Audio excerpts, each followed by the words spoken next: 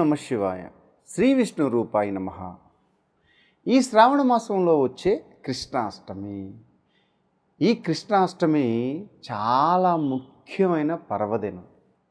ప్రతి ఒక్కరి ఇంట్లో ఖచ్చితముగా ఆ చిన్ని కృష్ణుణ్ణి పూజ చేయాలి.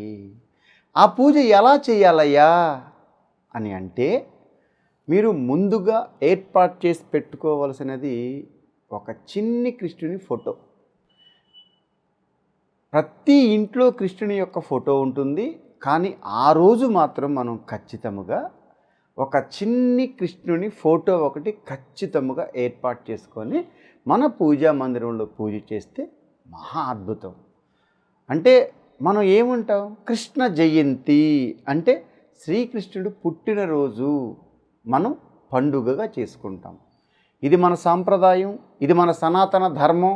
ఖచ్చితంగా ప్రతి ఇంట్లో ఆ చిన్ని కృష్ణుని యొక్క చిన్ని చిన్ని పాదాలు, ఆ ముద్రలు ఖచ్చితంగా ప్రతి ఒక్కరి సింహద్వారం దగ్గర పడవలసిందే. ఏ ఇంట్లో సింహద్వారపు ముందు శ్రీకృష్ణుని జయంతి నాడు ఆ చిన్ని కృష్ణుని పాదాలు ముద్రలు మనం వేస్తామో ఆ ఇల్లు సుఖ సంతోషాలతో ధనధాన్యాలతో సుభిక్షంగా ఉంటుంది అని దాని అర్థం. ఏ ఇంట్లో చిన్న పిల్లలు ఉంటారో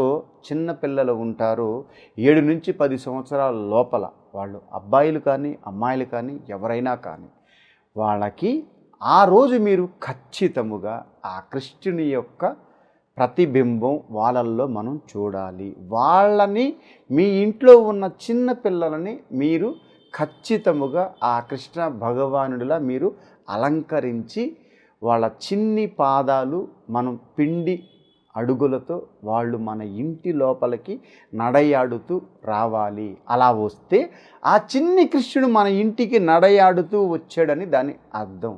అయితే మీరు పొద్దున్నే నిద్రలేసి తలస్నానం ఆచరించిన తర్వాత ఆ ఇల్లంతా శుభ్రంగా మనం తుడిచి, మనం కాస్త ఆవు పంచకం లేకపోతే గంగాజలం ఉంటే కొద్దిగా చల్లి ముందుగా తెచ్చి పెట్టుకున్న ఒక చిన్ని కృష్ణుని ఫోటో మన పూజా మందిరంలో పెట్టి మనం ధూపదీప నైవేద్యాలతో చిన్ని కృష్ణుని పూజించిన తర్వాత తనకు 5 రకాల ప్రసాదం సమర్పిస్తే చాలా మంచిది.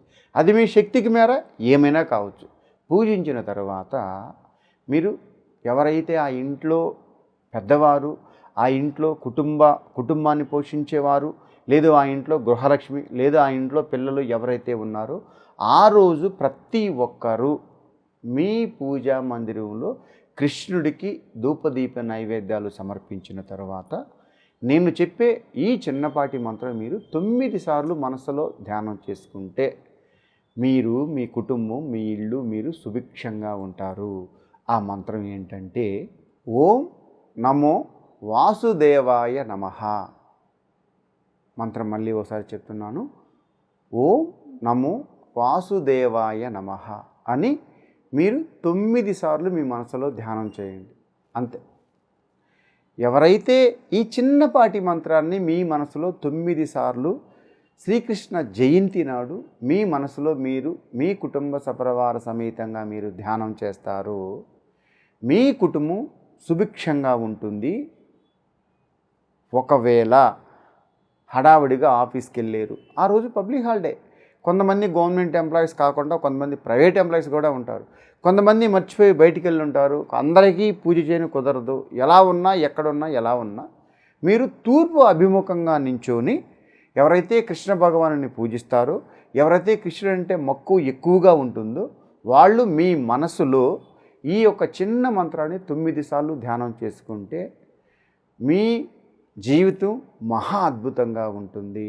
కనుక ఈ కృష్ణ జయంతి నాడు ప్రతి ఒక్కరూ మిస్ కాకుండా వాళ్ళ పూజా మందిరంలో చిన్న గోపాలకృష్ణుడిని పెట్టి, చిన్న బాలకృష్ణుడిని పెట్టి మీరు పూజ చేస్తే మీ కుటుంబం సుభిక్షంగా ఉంటుంది.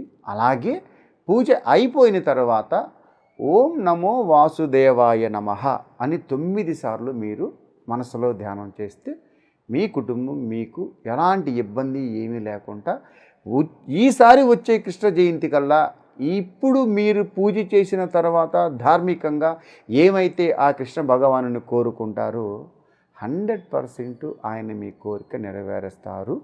అందులో మీకు ఎలాంటి సందేహము వలదు. కృష్ణ.